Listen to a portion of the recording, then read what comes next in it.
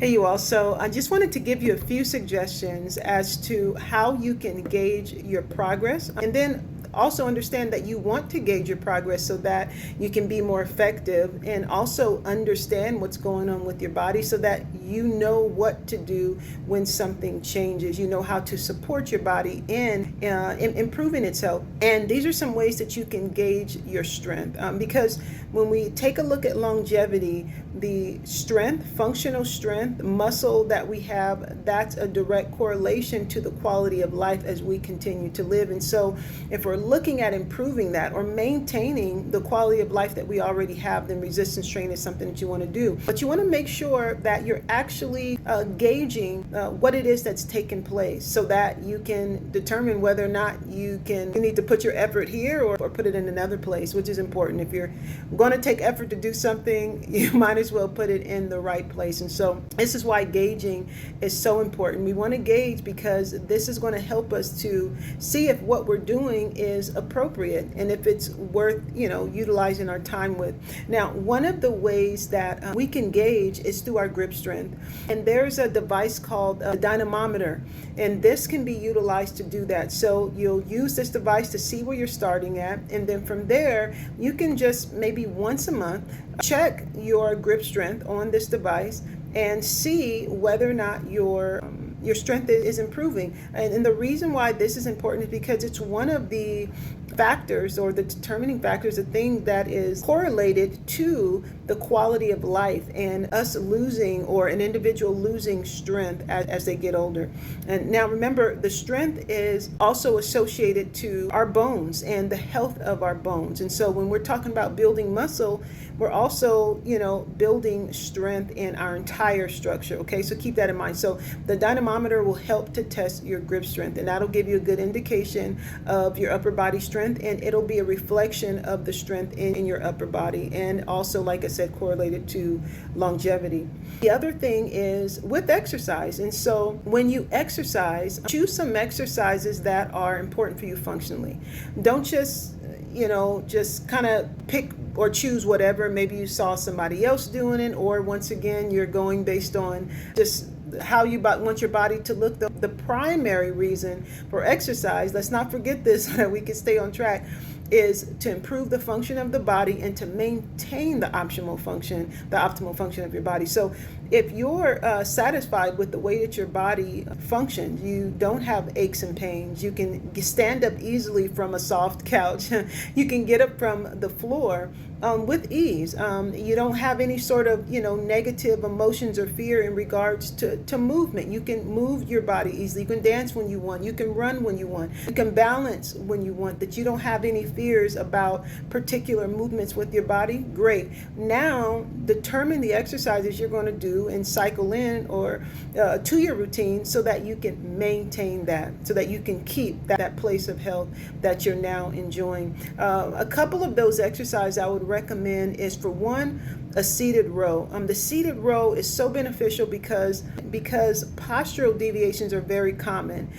Forward head, and tight neck, issues through the shoulders, tightness through the shoulders, lack of range of motion, a slump or a hump back. These are things that are very common for all age groups, actually, in my experience. And so seated row is an excellent exercise. This is one where you're just pulling back here. Okay, of course, learn how to do it properly, because I see people doing it and they're still not benefiting the muscles that they're intended to benefit. So a properly executed seated row should be one of those ones that you use to gauge functional strength. Another one can be the squat.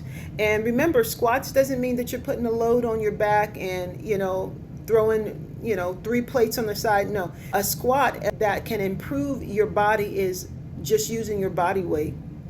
It's like sitting down and standing up. I would say repetitions of 15 are excellent in order to condition your body. Just using your body weight, 3 sets of 15, that's an excellent place to start. For those of you that aren't comfortable there yet, you can always start with the exercise called the sit to stand. And I posted some exercises a while ago with these progressions here, so you can go look those up. Very simple to do, very safe and effective. And so, say for example, you start with the sit to stand and you progress progress to using resistance, maybe in your hand in front of you or maybe on your shoulders, then you're gauging, okay, my strength improved, my, flexibility through my hips, the flexibility in my calves, my back, the strength in my glutes. All of these things are positively affected when you properly execute the squat and then progress, because when your body gets conditioned, if you have the proper nutrition, your body's going to heal and it's going to regenerate more muscle, and from there you're going to need to change it so that your body is able to then maintain what it has. We need more strength or more resistance in order to be able to maintain what we have currently. So if I have a certain level of function in my body, if I then say, I have what I want, not going to do anything else, well, I'm going to lose what it is that I already have. So this idea of I already look good, so I don't need to exercise, we've got to toss that out the window, you all got to toss it out. Okay, so that's the second way. So I would say squats and seated row, and then I would also say push-ups are an excellent goal to have. I mean, this idea that we only have push-ups for girls or guys, no, there's push-ups, there's different positions with your hands, but starting, say, maybe at a counter, okay, a stable counter, you can do that, and then progress to a lower counter, and then progress to the floor or a bench, a lower bench. There's many different ways to be able to use this exercise, no matter where your level of activity is right now. So push-ups, modified push-ups if you need to, and make sure that you're learning how to properly perform a push-up. Some individuals think they know how to do push-ups, and I'm not being negative, but they're actually causing more harm than good because it's not being done effectively. Start from where you're at, learn it properly, and then allow yourself to get the benefits from executing it properly and taking the proper progressions. The push-ups, the squats or the sit to stand, and then also the seated row. Those are the three that I would say to use in order to gauge your functional strength. Now, the last way that you want to gauge your functional strength is going to be with an actual assessment of the structure of your body. So those are determining the execution, the ones that we just spoke about, that's the execution. And this one would be a gauge of, well, how much how much skeletal muscle do I have? Like, how much body fat do I have? Well, gauge this. And if you've already started, like I said, that's fine. Go get it done now.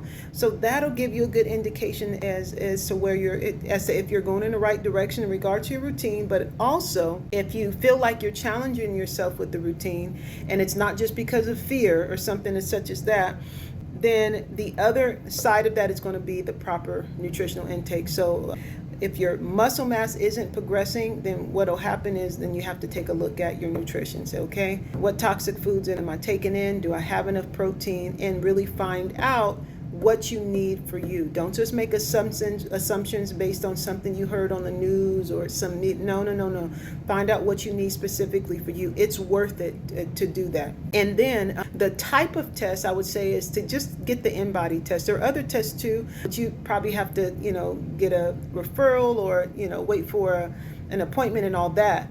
But just go get the in-body test. They usually have them at like Nutri-Shops or other, vitamin shops or things like that, or gyms will have it too. You can go to the in-body website and find out where they're at, or you can just call the local Nutri-Shop in, somewhere near you and go there. They'll probably charge you, $15 or $20 in order to get it done. And so once a month you can do that, especially in the beginning, so you can make sure that your lean body mass and that your muscle is coming up, your body fat percentage is going down, and that your body in pounds is going down. Okay, and this is really important because this is one of the most significant indicators of longevity, the muscle mass. Okay, those are the three areas. Okay, so you have the structural, and then you have two that are in regards to functional movement. I hope that information was helpful, and I'll talk to you all soon. Have a good day.